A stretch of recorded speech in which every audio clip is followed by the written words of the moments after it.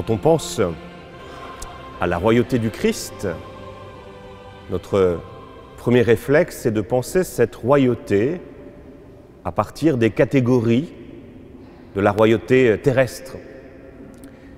Quand on pense donc à cette royauté terrestre, quand on pense au pouvoir qui détermine une monarchie ou une république, on parle souvent des pouvoirs du roi, les pouvoirs régaliens. Vous connaissez tous les pouvoirs régaliens. Quels sont ces pouvoirs? Je pourrais vous interroger. Premier pouvoir, alors je ne sais pas si je les donne dans l'ordre, c'est le pouvoir d'établir des règles de droit. Deuxième pouvoir possible, central, c'est celui de rendre justice. Troisième pouvoir, au cœur de toute monarchie, de tout système politique, c'est le pouvoir de parvenir à une souveraineté économique, notamment par la possibilité de battre monnaie. C'est aussi bien sûr le pouvoir de se défendre. Alors c'est intéressant, c'est de regarder comment Jésus vient incarner, vient subvertir en quelque sorte tous ces attributs du roi, du pouvoir politique, pour les transformer. La possibilité de rendre justice. Quelle est donc cette justice qui est au cœur du royaume de Dieu? Est-ce une justice qui condamne, comme une porte est condamnée, comme un malade est condamné? Pas du tout. C'est une justice qui est fondamentalement appuyée sur la miséricorde. C'est ce qui permet à Jésus de dire à la femme adultère « Moi non plus, je ne te condamne pas, va et ne pêche plus ». Vous voyez, au cœur de la foi chrétienne, de cette justice de Dieu, il y a certes la justice, mais il y a d'abord et avant tout la miséricorde. Sur cette croix que nous avons dans le cœur de notre Église, nous n'entendons pas d'abord la condamnation de Jésus. Qu'est-ce que l'on entend? Cette parole de Jésus, « Père, pardonne-leur, ils ne savent pas ce qu'ils font ». Voyez une autre manière de rendre justice. Quant au droit, quel est ce droit dont nous parle Jésus? Un droit bien étrange, difficile à vivre. Si nous recevons une gifle sur la joue gauche, qu'est-ce que nous devons faire? Tendre la joue droite. Si on nous prend notre tunique, qu'est-ce qu'il faut donner? Tout le reste. Vous voyez, c'est un droit bien compliqué à mettre en œuvre. Et regardez cette monnaie qui est à l'œuvre dans le royaume de Dieu. C'est une monnaie qui va rétribuer de la même manière celui qui a travaillé 1 heure que celui qui a travaillé 8 heures. C'est une drôle de monnaie quand même, hein. Vous voyez comment le Seigneur vient complètement subvertir les catégories habituelles associées à ce pouvoir régalien. Les soldats. Quelle est l'armée qui est à l'œuvre dans ce royaume de Dieu? Eh bien, quand on regarde l'histoire de l'Église, ça a été les martyrs. Les martyrs qui ont donné leur vie pour l'annonce de l'Évangile. La foi chrétienne est devenue la religion majoritaire dans l'Empire romain sans qu'un autre sang que celui des croyants n'ait coulé. Vous voyez, c'est quelque chose d'assez exceptionnel, d'assez étonnant. Et quel est le modèle du citoyen que nous propose Jésus? À qui devons-nous ressembler pour être membres de ce royaume de Dieu?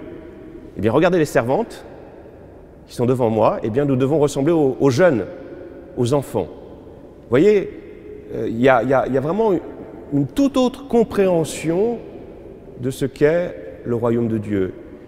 Et le territoire du royaume de Dieu, ce n'est pas un territoire géographique, c'est ce qu'a pas compris dans notre évangile Pilate. Il pense que la monarchie de Jésus, Jésus est un roi, mais sur un territoire donné. Pas du tout, pas du tout. Le Seigneur est partout chez lui, là où l'évangile est annoncé, là où l'évangile est vécu. Quand Pie XII, en 1925, a institué cette fête, c'était une période difficile pour l'Église où il y avait beaucoup d'opposition. On voulait cantonner l'expression de la foi chrétienne, où cela, dans les sacristies et dans l'intimité de chaque croyant. Et on voulait absolument interdire à l'extérieur toute expression de la foi chrétienne. Et Pie XII s'est dit, c'est pas possible, ça serait tragique. Comment penser qu'un message de Jeanne Jugan, que le message de Mère Teresa soit simplement réservé aux croyants? Ça serait tragique. Et donc vraiment l'intuition de Pie XII, c'est de dire au contraire, il faut que la bonne nouvelle soit annoncée partout. Pie XII, c'est aussi le pape qui a promu les mouvements d'action catholique. Alors aujourd'hui, un certain nombre de ces mouvements ont quelques difficultés, mais il n'en reste pas moins que je trouve l'intuition très belle, qui nous rappelait que la foi chrétienne devait être vécue dans chaque couche de la population. La JOC, dans le monde ouvrier, eh bien, les ouvriers étaient chargés, les ouvriers croyants chrétiens, étaient chargés d'exprimer, de rendre visible le royaume de Dieu au sein du monde ouvrier. L'Action catholique des enfants, eh bien, au sein de la jeunesse, quelques jeunes se disaient « Moi, je me sens la mission de vivre ma foi là où je suis et de rayonner de cette foi tout autour de nous. » L'Action catholique dans le monde agricole, tous ces mouvements d'action catholique nous redisaient que Jésus était partout chez lui. Alors c'est vrai qu'aujourd'hui, on peut avoir l'impression que, de nouveau, nous revivons dans un monde où ce message de l'Évangile a de plus en plus de mal à être entendu. Pourquoi ? Peut-être parce que nous-mêmes, nous avons une part de responsabilité. Nous avons cessé de vouloir vivre, exprimer surtout notre foi. De manière très explicite, on a voulu la garder pour nous. Et peut-être aussi, je crois que c'est une erreur, quand j'étais aumônier d'étudiants il y a quelques années, et j'aimais toujours à dire aux étudiants, il y a des professions qui sont extraordinaires et que souvent, les chrétiens ont un peu déserté. C'est le monde de l'enseignement, c'est le monde du journalisme. Souvent, les jeunes chrétiens que je connaissais, j'étais aumônier des grandes écoles, ils préféraient aller dans les écoles de commerce en disant ça serait mieux. Je crois que c'est une erreur. C'est une erreur. Il faut absolument que nous puissions réinvestir tous ces lieux qui sont des lieux qui permettent à l'Évangile d'être annoncé. Et puis, l'autre révolution que nous devons peut-être faire nôtre, c'est vraiment ne pas avoir peur de vivre notre foi. Moi, je suis impressionné quand je vois des jeunes croyants dans notre paroisse. J'avais ce matin la messe à Saint-Coulon et il y avait les scouts d'Europe. C'est pour ça qu'ils ne sont pas très nombreux, nos servants, parce que là, beaucoup sont scouts. Et ils ont passé une nuit, voilà. Il ne faisait pas très chaud, enfin, ils étaient un peu frigorifiés, mais ils étaient rayonnants de joie de participer à cette Eucharistie. Je voyais les aînés vraiment accompagner les plus jeunes. Quelque chose que j'ai trouvé magnifique.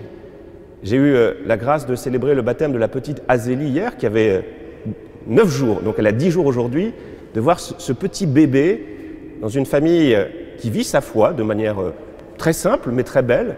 Ça m'a donné beaucoup d'espérance. Alors c'est vrai qu'aujourd'hui on entend beaucoup d'autres discours que le discours de l'Évangile. Mais moi la certitude que j'ai, c'est que ces discours qui semblent s'imposer un peu comme des bulldozers, ils vont finir assez rapidement par s'effondrer.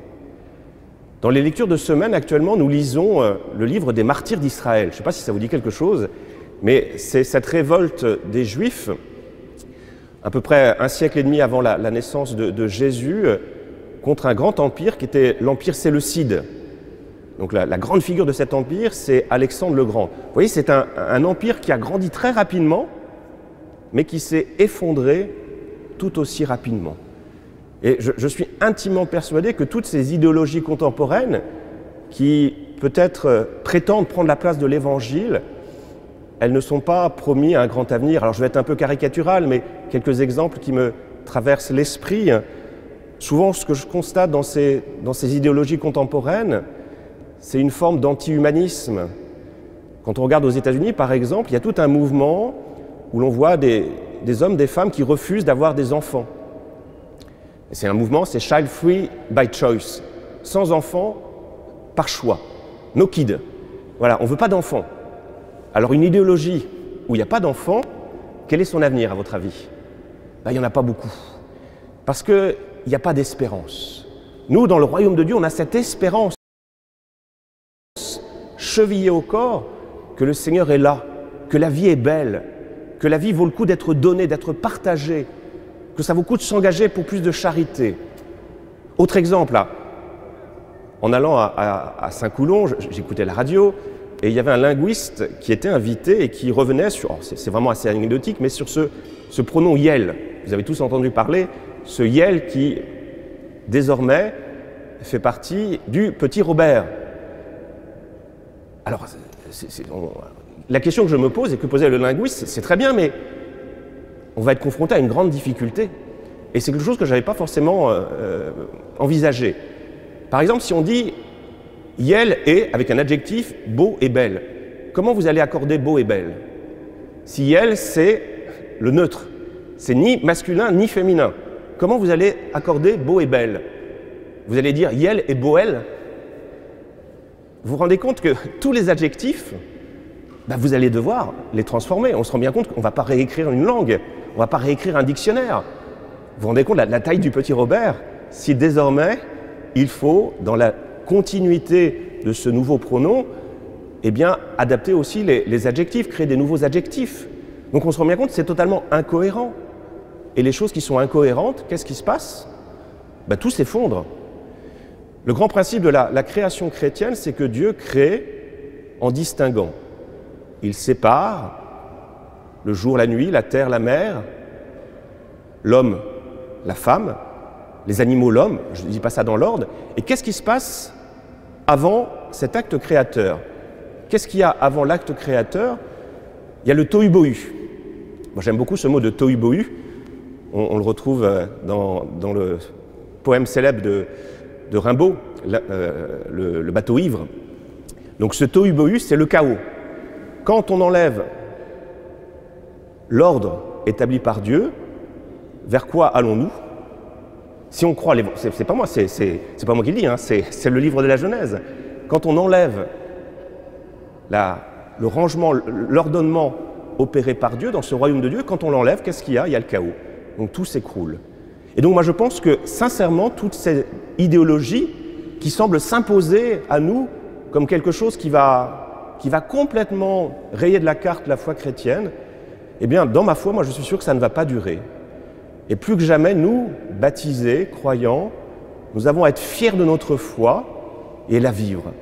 Montrer à nos frères, à nos sœurs que l'Évangile, il n'y a rien de mieux. Ça fait 1800 ans, 1900 ans que qu'à la fois le christianisme s'est imposé. Certes, il y a eu des moments difficiles, encore aujourd'hui, il y a des zones d'ombre, mais fondamentalement, je ne vois pas mieux.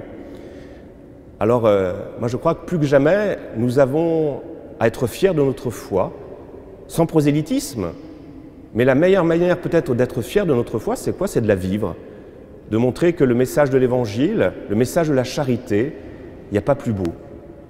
Moi, ça va être vraiment ma conclusion, j'ai toujours en mémoire les passages à la télévision de Sœur Emmanuelle. Vous vous rappelez tous de Sœur Emmanuelle? La jeune génération, ah non, c'est Emmanuel, mais c'est pas Sœur Emmanuelle. Mais peut-être que la servante s'appelle Emmanuelle. Mais la Sœur Emmanuelle, c'était cette femme qui avait découvert dans sa retraite une nouvelle mission, c'était d'être auprès des plus pauvres, les chiffonniers du Caire. Et quand elle était sur les plateaux de télévision, elle rayonnait, elle irradiait de charité. Et face à ce message de la charité, eh bien on se rend compte qu'il n'y a pas mieux. Il n'y a pas mieux que l'amour du Christ.